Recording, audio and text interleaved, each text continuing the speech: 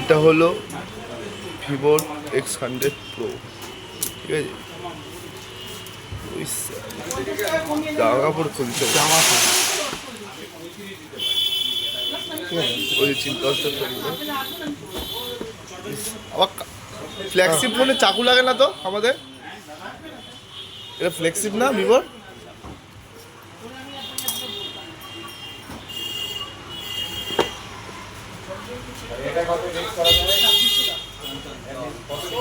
এয়ারটা আইবো